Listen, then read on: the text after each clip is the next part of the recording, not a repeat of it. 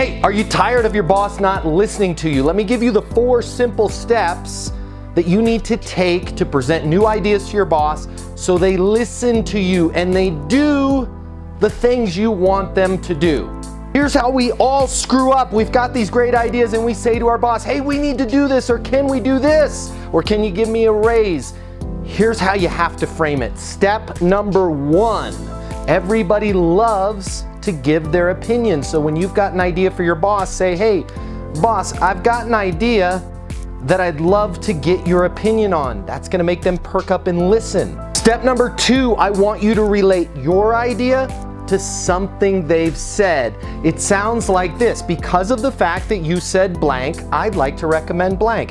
Hey boss, because of the fact that you said we need to increase sales by 9%, I'd like to recommend that we put me in the regional manager position. Step number 3, now you're gonna ask them if it makes sense to do the thing you want them to do. By saying, does it make sense?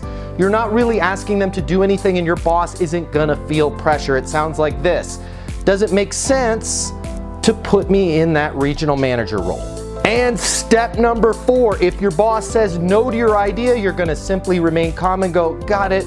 What's a good next step then? Let's roll them all together. Hey boss, I've got an idea I'd love to get your opinion on. Sure, what is it, Matt? You know, because of the fact that you said we need to grow sales by about 9%, I'd like to recommend that we put me in that regional manager position. Does it make sense to promote me to that role? No, not right now. Got it.